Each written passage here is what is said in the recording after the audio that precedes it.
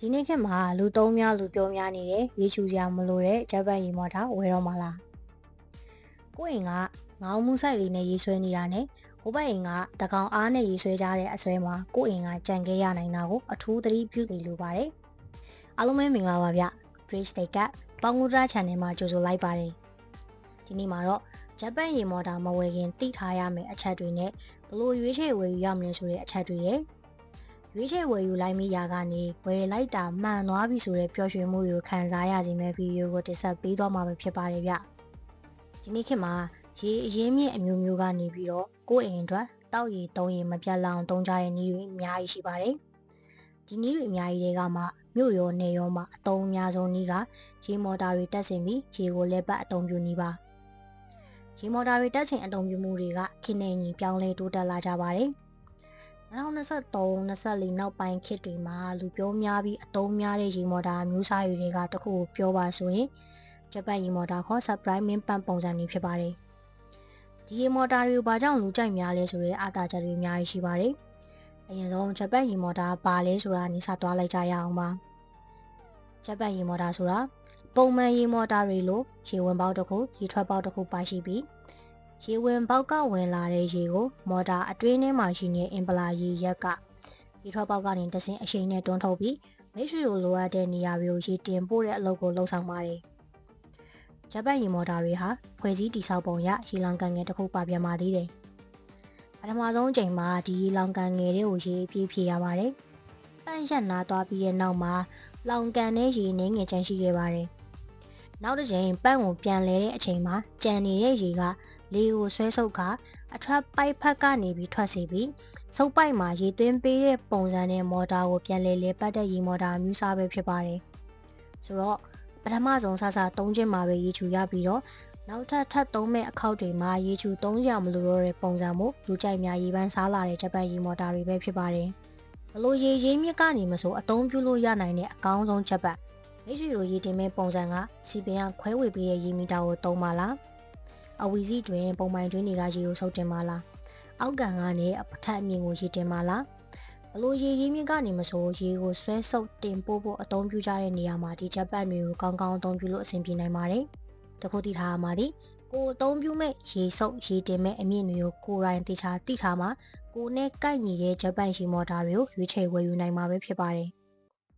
်ဥပမာအောက်ရေလောင်ကန်အနက်10ပေလောက်ရှိတဲ့နေရာကနေအပေါ်325ပေအမြင့်လောက်အခန်းကိုရေတင်ကျင်တာမျိုးဆိုရင်အောက်အနက်10ပေကျော်နဲ့အပေါ်မြင့်တင်က25ပေကျော်လောက်ကိုရေတွန်းတင်နိုင်စွမ်းရှိတဲ့ဂျပန်ရေမော်တာကိုရွေးချယ်ဝယ်ယူရမှာဖြစ်ပါတယ်။ပြည်တွင်းဈေးကွက်မှာဂျပန်ရေမော်တာဆိုတာတစ်စိမ့်အမျိုးမျိုးဒီဇိုင်းအမျိုးမျိုးလုံးဆောင်နိုင်စွမ်းအမျိုးမျိုးနဲ့အများကြီးရှိရမို့ခုလိုအပ်ချက်ကဘာလဲတေချာသိအောင်လုပ်ပြီးမှရွေးချယ်ဝယ်ယူကြပါဗျ။ဒီနေရာမှာရေမော်တာ3ပြီးမီတာရေစုပ်မယ်ဆိုတဲ့မိတ်ဆွေများတိကိုတိထားမယ်တစ်ချက်ရှိပါတယ်။စီပင်ရလို့တဲ့ရေကိုခွဲဝေဆွဲယူသုံးဆွဲကြရမှာရေမော်တာအသုံးပြုပြီးဆွဲယူမယ်ဆိုရင်ကို့အကွက်ထဲကသူ့အိမ်ကိုယ့်အိမ်ပြိုင်ဆွဲယူကြရမယ်ရေမော်တာတွေကိုသတိပြုတင်ပါတယ်။မော်တာတေးသေးလေးနဲ့ဆွဲတဲ့အားထက်မော်တာကြီးကြီးနဲ့ဆွဲတဲ့စီကိုရေပိုရောက်တတ်တဲ့သဘာဝရှိတာမို့ကိုယ့်အိမ်ကငါးမှုဆိုင်လေးနဲ့ရေဆွဲနေတာကိုဟိုဘက်အိမ်ကတကောင်ကားနဲ့ရေဆွဲကြတဲ့အဆွဲမှာကိုယ့်အိမ်ကကြံခဲ့ရနိုင်တာကိုအထူးသတိပြုစီလိုပါတယ်။ဈေးကွက်ထဲမှာရှိတဲ့များပြားလာတဲ့ဂျပန်ရေမော်တာတွေထဲကမှဘလို့ဂျပန်မျိုးကိုရွေးချယ်ဝယ်ယူရမလဲဆိုတဲ့အချက်ကလေးတွေကိုပြောပြပေးတော့ပါဦးမယ်။မော်တာဝက်အားအနေနဲ့ပြောရရင်ပြည်တွင်းမှာက380ဝက်ငါးမှုအား950ဝက်3မတ်အား950ဝက်တကောင်အား1100ဝက်တကောင်ခွဲအားဆိုပြီးတွေ့ရများပါတယ်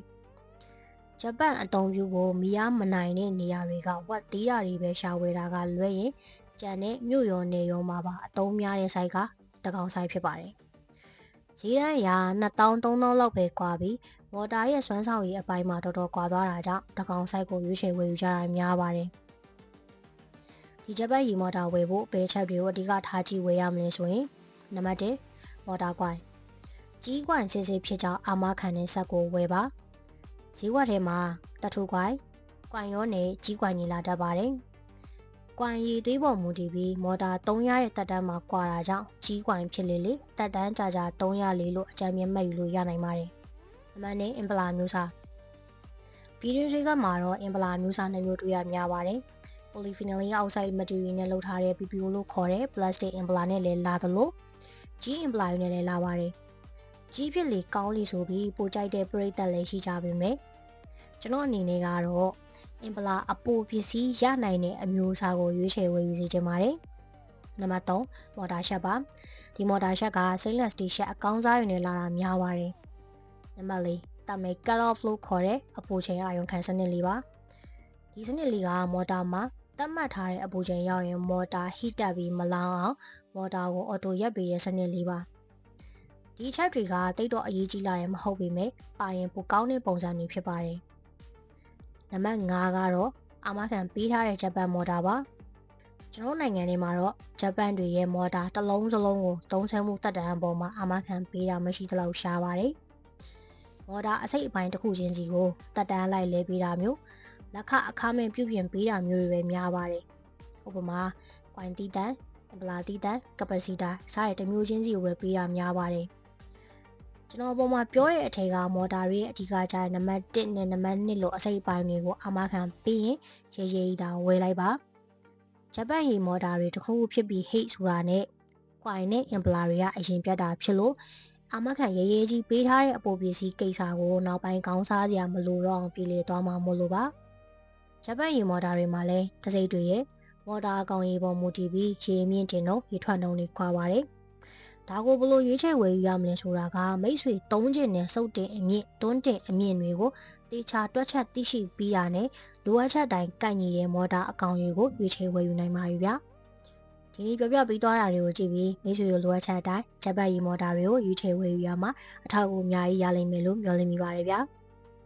မိတ်ဆွေတို့စပစ္စည်းဝယ်ယူရမှာတထောင်တနေရာကနေအကျိုးဖြစ်စေမယ်ဘိုးတုတာလေးတွေကိုအပတ်စဉ်စီစဉ်တင်ဆက်ပေးမှာမို့စိတ်ဝင်စားရဲဆိုရင်ကျွန်တော် channel လေးကို like and subscribe လေးလုပ်ခဲ့ပေးပါအောင်ဗျာအခုလိုဗီဒီယိုဆုံးဖြတ်ကြည့်ရှုပေးရတဲ့အတွက်လည်းကျေးဇူးများကြီးတင်ပါတယ်ဗျ